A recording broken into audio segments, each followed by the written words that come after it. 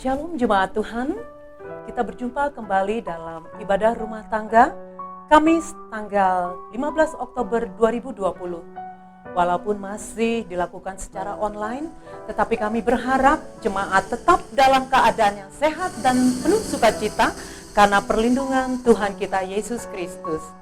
Jemaat, mari kita memulai ibadah kita. Kita bernyanyi bersama dari NKB 48, bait yang pertama dan yang kedua.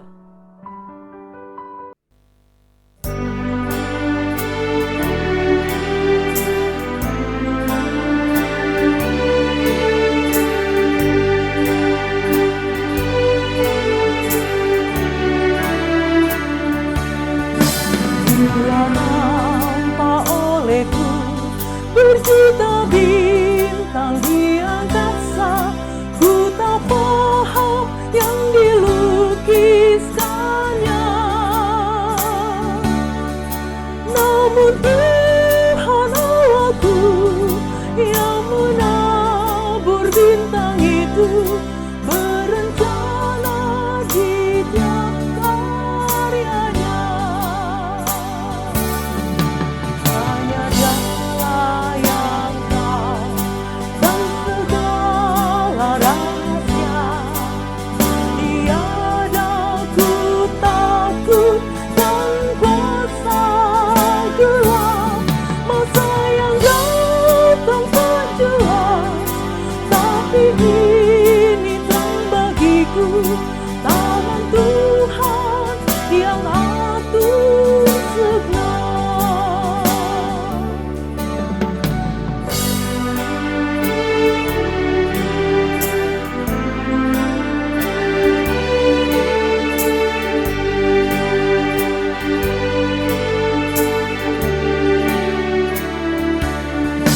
Dalam dunia yang kejam, ku bertelut serta bertanya, oh mengapakah salibku berat? Sabda Tuhan padaku, oleh karena kau setiawan, dikuatkannya ku tak benar. Hanya Dialah yang tahu dan segala rahasia. Tiada ku takut dan kuasa gelap, masa yang datang tak jelas, tapi ini terang bagiku, tangan Tuhan yang atur segala. Hanya Dialah yang tahu dan segala rahasia. Tiada ku takut dan kuasa gelap, masa yang datang tak jelas, tapi ini terang bagiku, tangan Tuhan yang atur segala. Tangan Tuhan yang atur segala.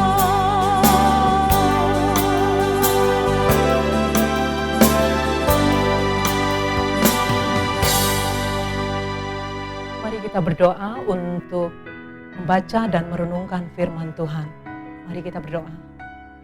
Tuhan Allah Bapa kami yang bertahta di dalam kerajaan sorga, Tuhan yang kami sembah di dalam nama Tuhan kami Yesus Kristus, betapa besar kasih-Mu Tuhan di dalam kehidupan kami. Jika kami ada Tuhan sampai saat ini, semua bukan karena kekuatan dan kemampuan kami, tapi semuanya adalah karena anugerah Tuhan. Terima kasih Bapa, berkenan menolong dan menyertai kami sepanjang hari ini. Dan sampai pada saat ini Tuhan, kami masih diberikan kesempatan untuk mengikuti ibadah rumah tangga walaupun masih dilakukan secara online. Bapa, pada saat ini Tuhan, kami mau membaca dan merenungkan firman Tuhan. Tuhan kiranya hadir di dalam pemberitaan Injil-Mu ini Tuhan. Berkati hamba-Mu yang penuh dengan kelemahan ini, Kiranya Allah memberkati agar apa yang disampaikan oleh hamba-Mu benar-benar merupakan isi hati Tuhan yang akan disampaikan kepada jemaat Tuhan. Berkati semua jemaat-Mu Tuhan yang saat ini berada di rumah untuk bersama-sama merenungkan firman Tuhan. Terima kasih Bapa di sorga, hanya di dalam nama Tuhan kami Yesus Kristus kami berdoa dan mengucap syukur. Haleluya, amin. Pembacaan firman Tuhan pada malam hari ini terambil dari Amsal 23 ayatnya yang ke-18. Berbunyi demikian.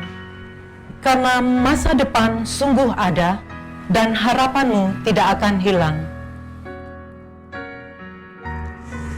Yang berbahagia kita semua yang mendengarkan firman Tuhan, yang merenungkan dan melakukan di dalam kehidupan kita sehari-hari. Haleluya. Haleluya, haleluya, haleluya. Tema kita pada ibadah malam hari ini mengambil tema menatap masa depan bersama Tuhan. Dalam ilmu psikologi secara umum dikatakan dua hal tentang manusia. Yang pertama, manusia selalu merindukan masa lalunya atau masa kecilnya. Jauh di lubuk hatinya, semua manusia selalu merindukan masa kecilnya di kampung halaman. Sehingga tidak heran, setiap hari raya keagamaan, jutaan orang bersedia berdesak-desakan, berlelah-lelah, bahkan sampai membuang uang untuk dapat bisa pulang ke kampung halaman, bertemu dengan keluarga dan teman-teman mereka semasa kecil. Kedua, manusia selalu mengkhawatirkan masa depannya. Itulah sebabnya para peramal nasib akan selalu kebanjiran pelanggan, karena pada dasarnya manusia selalu mencari kepastian tentang masa depannya. Kali ini kita akan membahas bagaimana menghadapi masa depan yang tak pasti itu bersama Tuhan kita yang luar biasa.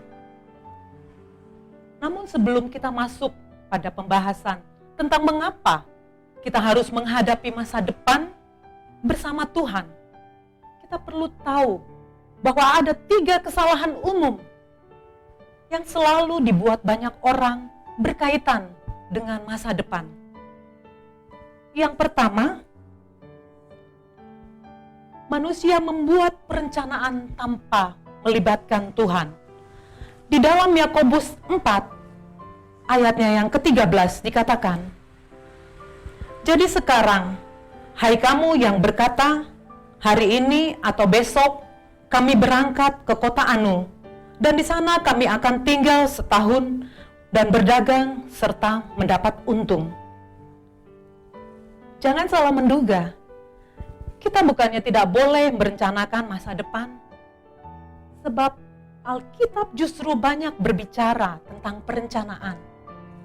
Seperti yang terdapat di dalam Lukas 14, ayatnya yang ke-28. Sebab siapakah di antara kamu yang kalau mendirikan sebuah menara, tidak duduk dahulu membuat anggaran biayanya, kalau cukup uangnya untuk menyelesaikan pekerjaannya itu? Tetapi yang keliru di sini adalah membuat rencana tanpa melibatkan Tuhan.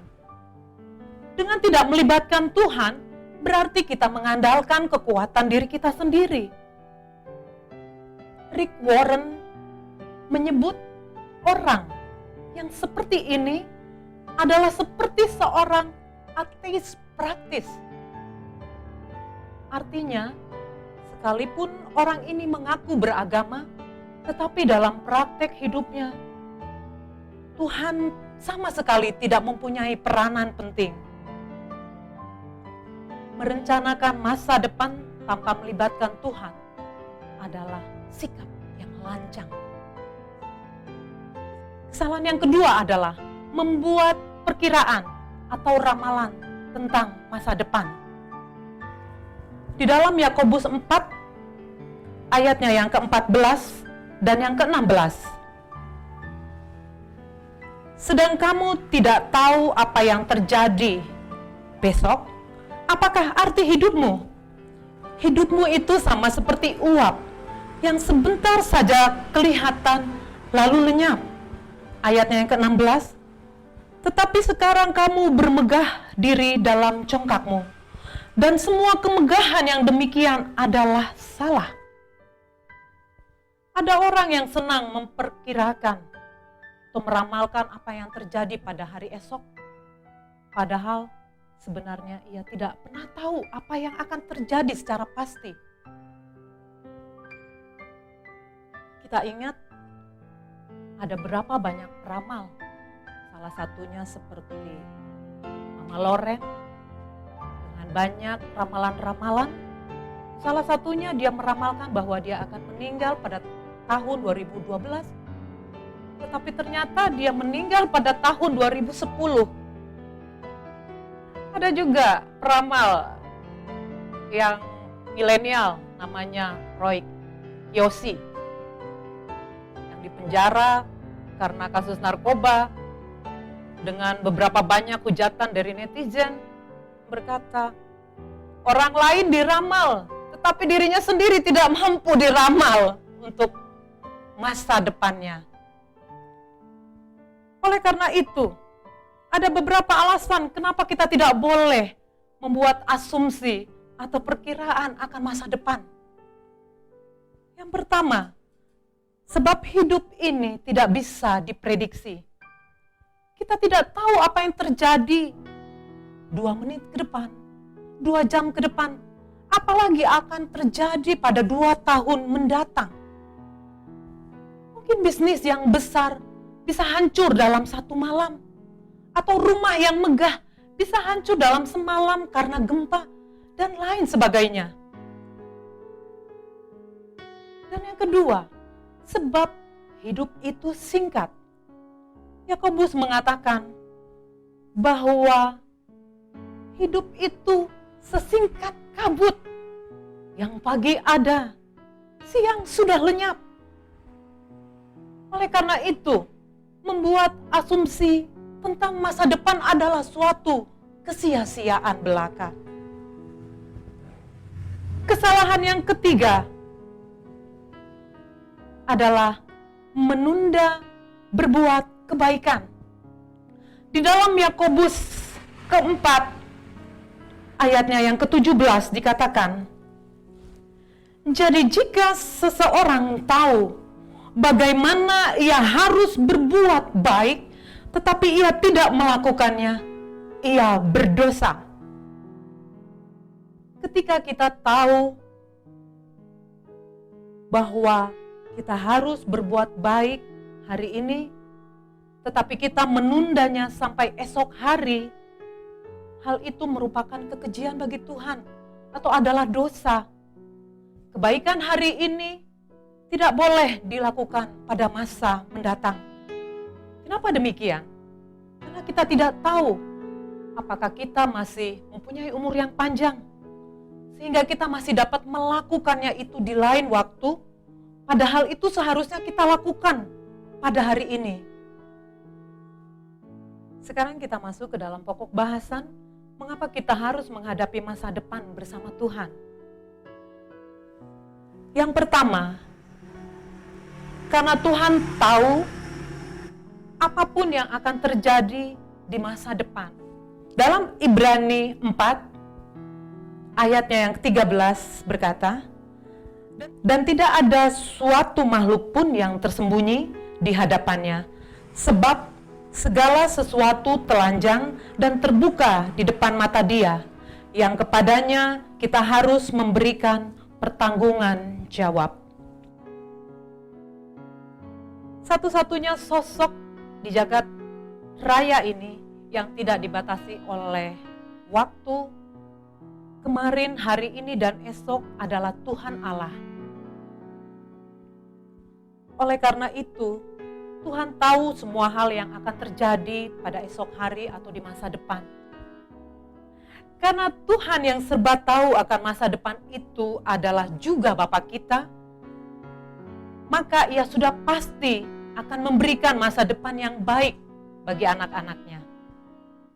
Karena Tuhan tahu masa depan, maka Ia akan melakukan beberapa hal untuk kita. Yang pertama, Ia akan meluputkan kita dari segala macam mara bahaya. Tuhan tahu situasi mana yang membawa mara bahaya bagi kita di masa depan. Dan Dia akan meluputkan kita dari situasi tersebut. Yang kedua, Ia akan membawa kita ke padang rumput yang hijau. Karena sebagai gembala yang baik, Tuhan tahu di masa depan, di mana tempat yang subur dan penuh air, kesanalah Ia membawa kita. Yang ketiga, Ia tidak akan membiarkan kita dicobai iblis melebihi kekuatan kita. Dari dahulu hingga masa depan, iblis tidak akan pernah berhenti, bahkan selalu berusaha untuk menjatuhkan anak-anak Tuhan. Tapi dalam kemahatauannya Tuhan tidak akan mengizinkan iblis untuk mencobai kita melebihi dari kekuatan kita. Kedua, mengapa kita harus menghadapi masa depan bersama Tuhan adalah karena Tuhan mempunyai rencana untuk masa depan kita. Di dalam Yeremia ke-29 ayatnya yang ke-11 berkata, "Sebab aku ini mengetahui rancangan-rancangan apa yang ada padaku mengenai kamu. Demikianlah firman Tuhan, yaitu rancangan damai sejahtera dan bukan rancangan kecelakaan, untuk memberikan kepadamu hari depan yang penuh harapan." Tuhan punya rencana yang indah buat masa depan kita. Menurut Alkitab, rencana Tuhan di masa depan kita adalah rancangan damai sejahtera yang meliputi keselamatan, kemakmuran, kesehatan, kedamaian, dan kesejahteraan.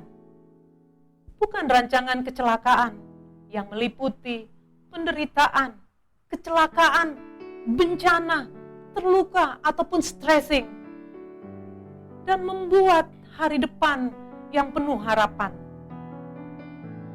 Jadi di masa depan, Tuhan akhirnya akan memberikan segala sesuatu yang kita rindukan.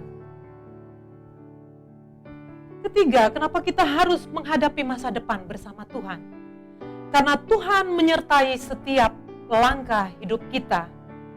Dalam Ibrani 13, ayatnya yang ke-5b berkata, "Aku sekali-kali tidak akan membiarkan engkau, dan aku sekali-kali tidak akan meninggalkan engkau." Salah satu karakter Tuhan adalah setia. Ia setia menyertai setiap langkah hidup kita, dari dahulu, sekarang, sampai selamanya. Karena Dia setia, maka kita tidak perlu takut menghadapi masa depan kita. Karena kesetiaan Tuhan itu membuat kita yakin bahwa kita tidak pernah berjalan sendirian. Selalu ada Tuhan yang menemani kita di dalam setiap situasi kehidupan kita. Entah baik, entah buruk. Kita selalu dituntunnya. Tuhan menuntun kita agar kita selamat sampai tujuan akhir hidup kita adalah ke sorga yang baka, sehingga kita tidak akan tersesat. Kita selalu diberikan arahan di saat kita bingung mengambil keputusan. Kadangkala kita bingung saat mengambil keputusan. Nah, saat itulah lewat firman dan Roh Kudus-Nya, Tuhan akan mengarahkan keputusan apa yang harus kita ambil. Saudara-saudara yang terkasih, tiba kita pada kesimpulan di dalam khotbah kita pada saat ini, bahwa masa depan memang terlihat gelap gulita dan tidak ada seorang pun yang tahu. Tetapi kalau kita menghadapinya bersama Tuhan, maka yang gelap gulita itu akan menjadi terang benderang. Kiranya Tuhan memberkati firman-Nya untuk jemaat sekalian. Amin.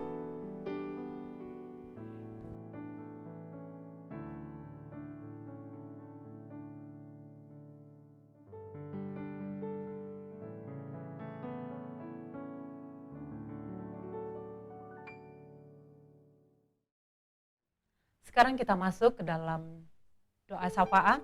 Saya akan menaikkan pokok-pokok doa dan jemaat mendukung di dalam hati. Mari kita berdoa. Bapa di surga, kami mengucap syukur karena kami telah dikenyangkan oleh firman-Mu. Tuhan, tolong kami agar kami semakin dimampukan untuk hidup di tengah-tengah dunia yang penuh dengan ketidakpastian, dengan terus bersandar pada Tuhan, agar kami dapat melihat masa depan kami yang terang benderang bersama Tuhan. Bapa, pada saat ini kami menaikkan syafaat kami untuk pemberitaan Injil Tuhan di semua tempat, teristimewa di GKPO Sulaiman. Berkati semua pelayan-pelayan gerejamu agar tetap memberikan pelayanan yang terbaik bagi jemaat walaupun di tengah-tengah pandemi. Kami berdoa kiranya setiap firman yang diberitakan dapat menjawab semua kebutuhan rohani dari jemaatmu, agar iman jemaatmu semakin terbangun dan dikuatkan oleh firman-Mu. Kami berdoa untuk semua pergumulan jemaat, untuk konflik setiap rumah tangga antara suami istri. Tuhan Yesus kiranya menolong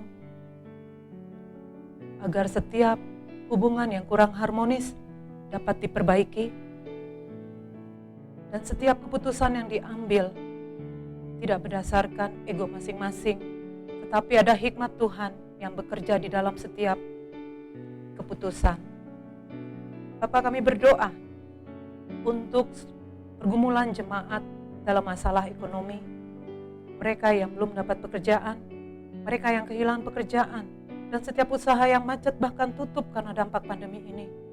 Tuhan Yesus kiranya memberi mereka semangat dan roh yang giat. Tuhan berkenan membuka tingkap-tingkap surga-Mu, mencurahkan berkat Tuhan bagi setiap jemaat-Mu. Bapa, kami juga berdoa untuk setiap jemaat Tuhan yang berada dalam keadaan sakit maupun dalam masa pemulihan. Tuhan kiranya berkenan menjamah bagian tubuh yang sakit, dan kami percaya dengan bilur-bilur-Mu yang ajaib, mereka mendapat kesembuhan. Tuhan juga berkenan memberkati semua obat-obatan, makanan, minuman, serta tangan-tangan yang merawat, semua menjadi berkat untuk kesembuhan saudara-saudara kami dalam kelemahan tubuh. Bapa, pada saat ini juga kami berdoa untuk bangsa dan negara kami yang tercinta Indonesia. Berkati Tuhan agar bangsa kami menjadi bangsa yang maju dan kuat. Berkati pemerintah kami dan para pemimpin bangsa kami. Berikan mereka hikmat dan kebijaksanaan dari Tuhan, agar setiap kebijakan yang diambil dapat membawa kesejahteraan dan keadilan bagi setiap lapisan masyarakat. Kami berdoa agar pandemi ini cepat berlalu dari bangsa kami, bahkan dari muka bumi ini, agar setiap kehidupan dapat berjalan dengan normal seperti sedia kala. Kiranya setiap kami dapat menjaga diri dengan protokol kesehatan yang telah ditetapkan. Tuhan, masih banyak yang kami ingin sampaikan kepadamu Tuhan, tapi Tuhan lebih tahu apa yang kami butuhkan. Ini doa pengharapan kami Tuhan, yang kami naikkan hanya di dalam satu nama, Tuhan kami Yesus Kristus, yang telah mengajar kami berdoa. Bapa kami yang di surga, dikuduskanlah nama-Mu, datanglah kerajaan-Mu, jadilah kehendak-Mu di bumi seperti di dalam surga. Berikanlah kami pada hari ini makanan kami yang secukupnya, dan ampunilah kami akan kesalahan kami, seperti kami juga mengampuni orang yang bersalah kepada kami. Dan janganlah membawa kami ke dalam pencobaan, tetapi lepaskanlah kami dari yang jahat, karena Engkaulah yang mempunyai kerajaan dan kuasa dan kemuliaan sampai selama-lamanya. Amin. Untuk mengakhiri ibadah kita pada malam hari ini, mari kita bernyanyi bersama dari pujian yang berjudul Jalan Tuhan.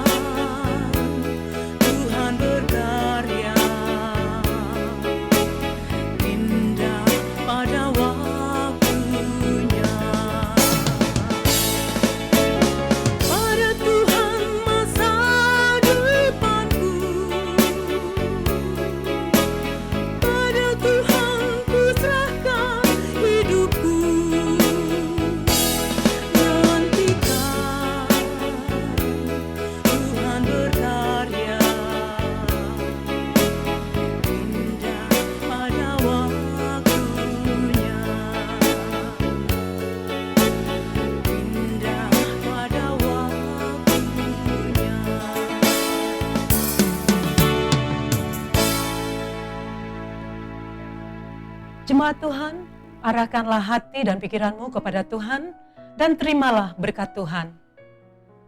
Tuhan memberkati kita dan melindungi kita. Tuhan menyinari kita dengan wajah-Nya dan memberi kita kasih karunia. Tuhan menghadapkan wajah-Nya kepadamu dan memberi kita damai sejahtera. Amin. Amin, amin, amin.